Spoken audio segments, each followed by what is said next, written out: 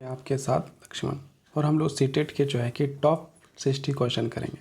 और यहाँ पर जो है किसी प्रकार का बकवास ना करते हुए डायरेक्ट हम लोग जो है कि स्टार्ट करेंगे क्लास।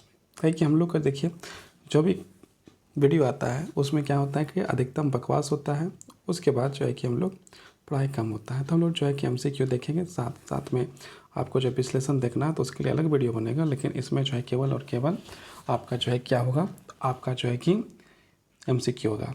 तो बहुत बहुत धन्यवाद कि आप लोग इस वीडियो को देख रहे हैं। तो आगे पढ़ते हैं और ये पहला क्वेश्चन देखते हैं और कहीं बीच में जो है कोई बातचीत नहीं, डायरेक्ट स्टार्ट करते हैं। पहला क्वेश्चन है, बाल विकास की प्रक्रिया कैसी होती है? तो बाल विकास की प्रक्रिया जो है क्रमिक और नियंत्रण होती है। बाल विकास धीरे धीरे और निरंतर चलता रहा, जैसे कोई छलांग नहीं होता है। मतलब कि बाल विकास जो है कि क्या होता है, क्रमिक मतलब निरंतर चलने वाली प्रक्रिया है। क्वेश्चन नंबर दो क्या कहता है, देखते हैं। क्वेश्चन नंबर 2 कहता है, पियाजे के अनुसार संज्ञानात्मक विकास का प्रथम अवस्था कौन सा है? तो संवेदी मोटर अवस्था जो है कि आपका जो है पियाजे के अनुसार क्या होगा, आपका जो है कि प्रथम अवस्था कहलाएगा। पियाजे के अनुसार जन्म से 2 वर्ष तक बच्चा संवेदी मोटर अवस्था में होता है। आगे next question number 3, zone of proximal development की अवधारणा किसने दी थी? तो ये बायोस्की ने जो इसकी अवधारणा दी थी। अब हम लोग जो है कि नेक्स्ट की ओर पढ़ते हैं। क्वेश्चन नंबर 4 क्या कहता है, स्किनर का नाम किस सिद्धांत से जुड़ जाता है? स्किनर का सिद्धांत जो है कि आपका व्यवहारवाद के साथ जुड़ा जाता है। स्किनर व्यवहारवाद के प्रमुख समर्थक थे और उन्होंने ऑपरेटेड कंडीशन का भी सिद्धांत दिया था। अब हम लोग जो है क्वेश्चन नंबर आपका जो है कि 5 करते हैं। क्या लिखा है, मैचुरेशन का अर्थ क्या होता है? शारीरिक एवं मानसिक परिपक्वता जो है इसका अर्थ होता है। परिपक्वता जन्मजात क्षमता का विकास होता है जो समय के साथ स्वाभाविक रूप से होती है। नेक्स्ट क्वेश्चन देखते हैं। नेक्स्ट क्वेश्चन क्या कहता है, बाल केंद्रित शिक्षा का क्या अर्थ है? बाल केंद्रित शिक्षा का जो है बाल की आवश्यकताओं की आधारित होता है। बाल केंद्रित शिक्षा मतलब बालक के आधारित शिक्षा होती है। बाल केंद्रित शिक्षा में बच्चे की रुचि, गति और क्षमता के अनुसार शिक्षा दी जाती है। क्वेश्चन नंबर 7, कोहलवर्स का सिद्धांत किससे संबंधित है? कोहलवर्स का सिद्धांत किससे संबंधित है? तो जो कोहलवर्स ने जो है नैतिकता के बारे में सिद्धांत दिया था। तो इसका आंसर हो जाएगा ऑप्शन नंबर बी, नैतिकता का सिद्धांत, नैतिकता का विकास। कोहलवर्स ने नैतिकता के विकास में 3 स्तरों की अवधारणा दी थी। Question number 8, RTE right to education act 2009 के अनुसार शिक्षा का अधिकार किस आयु वर्ग का है? तो जो है कि आपका 6 से लेकर 14 वर्ष। 2009 के अनुसार RTE right to education act 2009 के अनुसार 6 से 14 वर्ष के बच्चों को निःशुल्क एवं अनिवार्य शिक्षा देने का अधिकार दिया गया है। और इसी में जो है कि संविधान संशोधन भी आप लोग पढ़ते होंगे, 86वां संविधान संशोधन 2002 जो जिसमें मौलिक कर्तव्य एक जोड़ा गया है, 11वां मौलिक कर्तव्य, उसके बाद में बात कर लेंगे। अभी फिलहाल हम लोग जो है लगातार MCQ की ओर बढ़ रहे हैं। लर्निंग बाय डूइंग का सिद्धांत किसने दिया था? तो जॉन डेवी ने जो है कि लर्निंग बाय डूइंग का सिद्धांत दिया था। जॉन डेवी के अनुभव आधारित शिक्षा पर बल दिया, जिसे लर्निंग बाय डूइंग कहा जाता है। क्वेश्चन नंबर 10 क्या है, अनुबंधन का सिद्धांत किस मनोवैज्ञानिक ने दिया था? तो पावलोव ने जो है कि अनुबंधन का सिद्धांत दिया था। पावलोव ने शर्तबद्ध अधिगम का सिद्धांत दिया गया था। अब हम लोग क्वेश्चन नंबर 11 क्या है आपका, 1Q = MA/CA × 100 किसने दिया था? तो टर्मरन ने दिया था। ये IQ का जो है कि क्या है आपका 1 मतलब 1 नहीं है, I है, IQ MA/CA × 100, ये है आपका IQ का फार्मूला। और ये किसने दिया था? टर्मन ने दिया। टर्मन ने विनय के कार्य को सुधार कर IQ सूत्र प्रस्तुत किया था। अब आगे बढ़ते हैं।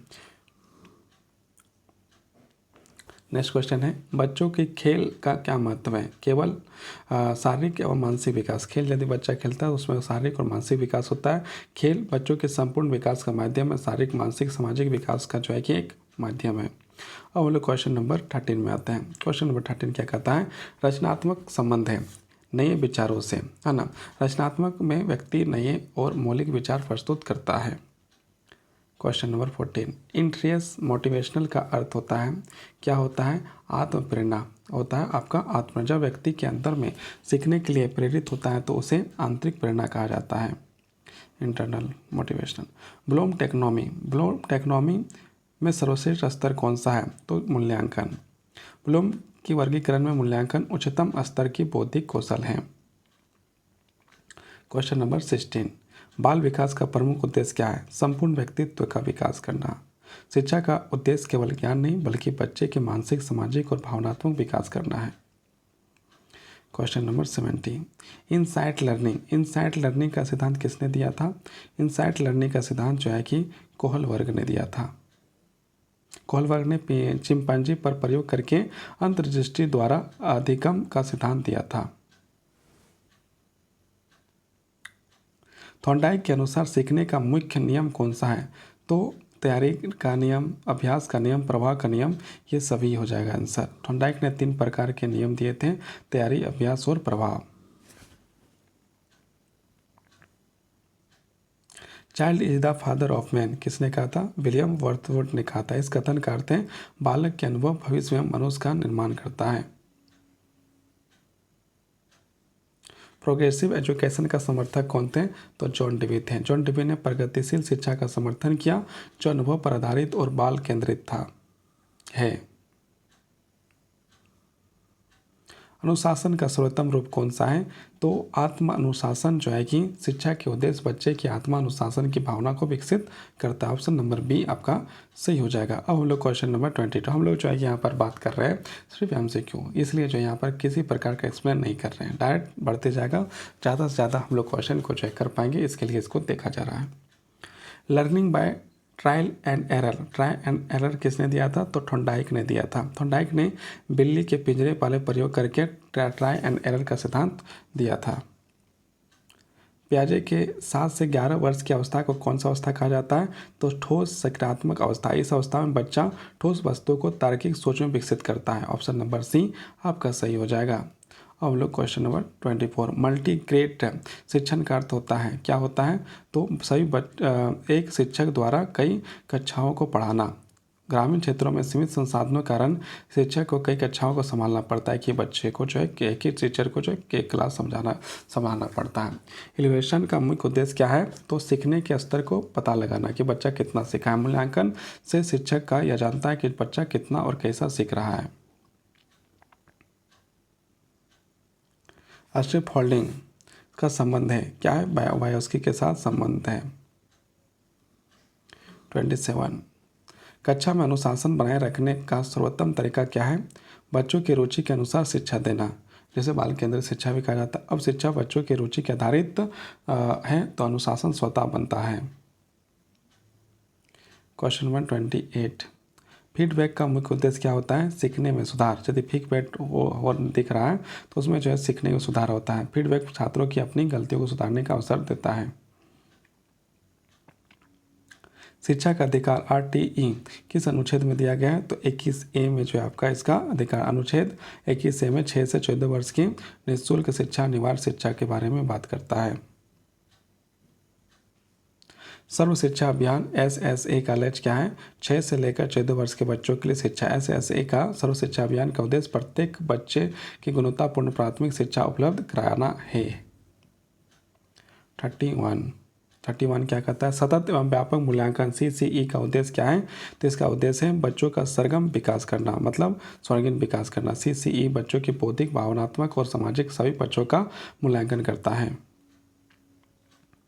32, समावेशी शिक्षा का मुख्य उद्देश्य क्या है? सभी बच्चों का समान अवसर देना।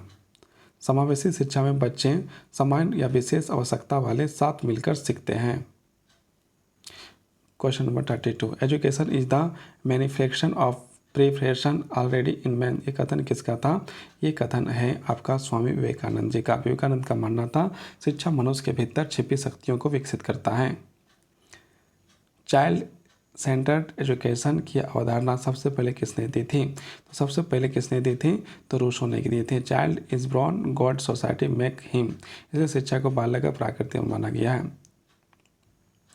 इसके बाद क्वेश्चन नंबर 35 क्या कहता है?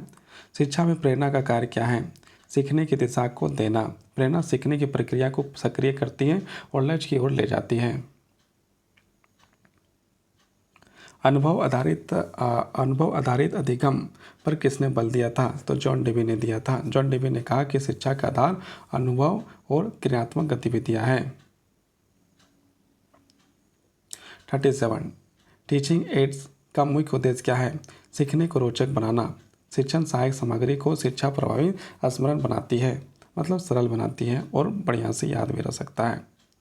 क्वेश्चन नंबर 38 शिक्षक की भूमिका क्या होना चाहिए? तो शिक्षक की भूमिका जो है मार्गदर्शन की तरह होना चाहिए। शिक्षक को बच्चों को सीखने में सहायक और सहयोगी भूमिका निभाना चाहिए। शिक्षा का सामाजिक उद्देश्य क्या है? सामाजिक एकता और सहयोग। शिक्षा समाज के अस्तित्व और सहयोग की भावना पैदा करता है। भावनात्मक बुद्धिमत्ता में क्या शामिल है? तो क्या शामिल है? तो आपका EQ शामिल है। भावनात्मक बुद्धिमत्ता में अपनी और दूसरों की भावनाओं को समझने और नियंत्रण करने की क्षमता होती है। 41 में क्या है? शिक्षक को कक्षा में क्या नहीं करना चाहिए? तो क्या नहीं करना चाहिए? बच्चों की तुलना नहीं करना चाहिए। एक बच्चा से दूसरे बच्चा की तुलना नहीं करना चाहिए। Learning is the relative permanent change in the behaviour. किसने कहा था? तो स्किनर ने कहा था। स्किनर ने कहा कि अधिगम व्यवहार में स्थायी परिवर्तन लाता है। बच्चों की गलतियों को कैसे देखना चाहिए? सीखने के अवसर के रूप में देखना चाहिए। गलतियों से बच्चों की सोच और सीखने की प्रक्रिया का हिस्सा दिखता है। करिकुलरिज्म के अनुसार क्या होता है? तो ज्ञान का निर्माण का कार्य होता है। शिक्षक को कक्षा में प्रश्न पूछने का उद्देश्य क्या होना चाहिए? सक्रिय भागीदारी को सुनिश्चित करना चाहिए। प्रश्न पूछने से साथ छात्र सोचते हैं, समझते हैं और चर्चा में शामिल होते हैं। शिक्षण के 3 मुख्य उद्देश्य कौन से हैं? शिक्षक, छात्र और विषय वस्तु। शिक्षण प्रक्रिया में इन्हीं 3 घटकों के परस्पर संबंध पर आधारित होता है। बस इसको देखना है और कुछ नहीं, सुनते रहिए, रिविजन होते रहेगा। शिक्षा मनोविज्ञान को प्रमुख उद्देश्य क्या है? बच्चों के व्यवहार को समझना। शिक्षा का मनोविज्ञान का शिक्षक के बच्चों की आवश्यकता और क्षमताओं का व्यवहार को समझने का करता है। 48 करिकुलम का अर्थ क्या होता है? करिकुलम शिक्षा की पूरी योजना है। पाठ्यक्रमों में शिक्षण सामग्री, गतिविधियां और अनुभव सब शामिल होते हैं।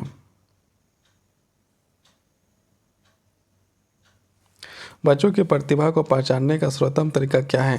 रचनात्मक गतिविधियों में भागीदारी कराना। गतिविधियां बच्चों की आंतरिक क्षमताओं का उजागर करती है। ऑप्शन नंबर सी सही हो जाएगा। शिक्षक की सफलता किस पर निर्भर करती है? बच्चों से उनके संबंध पर निर्भर करती है। बच्चों से उनके निर्भर पर निर्भर करती है। प्रभावी शिक्षक वह है जो बच्चों के साथ भावनात्मक जुड़ाव बनाता है। बच्चों को इंडिविजुअल डिफरेंस का अर्थ होता है, क्या होता है? हर बच्चा अलग होता है। लर्निंग स्टाइल किससे संबंधित है? सीखने के तरीका से संबंधित है। Option number B. कुछ बच्चे दृश्य, कुछ बच्चे सर्व, कुछ क्रियात्मक तरीके से सीखते हैं। शिक्षक का सबसे महत्वपूर्ण गुण क्या है? प्रेम और सहानुभूति जो है कि एक शिक्षक का जो है कि सबसे अच्छा गुण है। प्रेम और सहानुभूति शिक्षक के बच्चों का मन और विश्वास की प्रेरणा को जगाता है। बालक की रुचि किस पर निर्भर करता है? आयु और अनुभव पर निर्भर करता है। जैसे जैसे बच्चा बड़ा होता है उसकी रुचियाँ और अनुभव बदलती रहती हैं। एक्टिव बेस्ड लर्निंग का उद्देश्य क्या है? तो रटने की प्रवृत्ति की घटना है। गतिविधि आधारित अधिगम बच्चे को स्वयं खोजने और समझने के प्रेरित करता है। भाषा शिक्षण का मुख्य उद्देश्य क्या है? तो संचार कौशल को विकसित करना। भाषा सीखने का मूल उद्देश्य विचारों को सही ढंग से व्यक्त करना होता है। 57 बाल मनोवैज्ञानिक प्ले वाई मेथड किससे संबंधित है?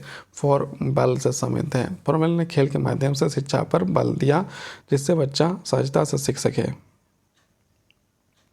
लर्निंग विदाउट बर्डन रिपोर्ट किस पर समिति से सम्मिलित है?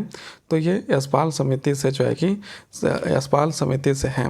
यशपाल समिति 1993 में शिक्षा बोझ मुक्त और आनंदमय बनाने का सिफारिश किया था। बाल अधिकारों की रक्षा किस संस्था द्वारा की जाती है? तो NCPR national commission of the protection of child rights के द्वारा किया जाता है। यह बच्चों संस्था के अधिकारों की निगरानी और संरक्षण करता है। एक अच्छे शिक्षक की पहचान क्या है? एक अच्छे शिक्षक की पहचान क्या? वह दयालु और प्रेरणादायक होता है। एक अच्छा शिक्षक बच्चों के मन में सीखने की जिज्ञासा को जगाता है। आज के सवाल कंप्लीट हो गया। बहुत बहुत धन्यवाद, बहुत बहुत आभार।